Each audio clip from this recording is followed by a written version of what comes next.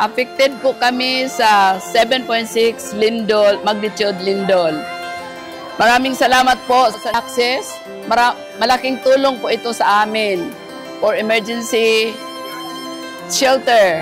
At ito, kasi Redis ngayon, walang ilaw, malaking tulong po ito.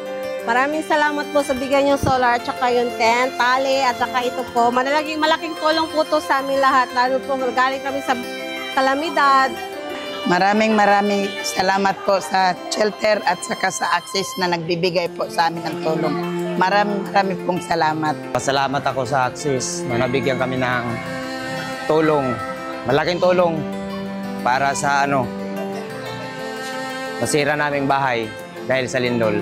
Non-government group na nakasali sa access, maraming salamat po. From the bottom of our heart, sa lahat ng tao dito na nasalanta, maraming salamat po.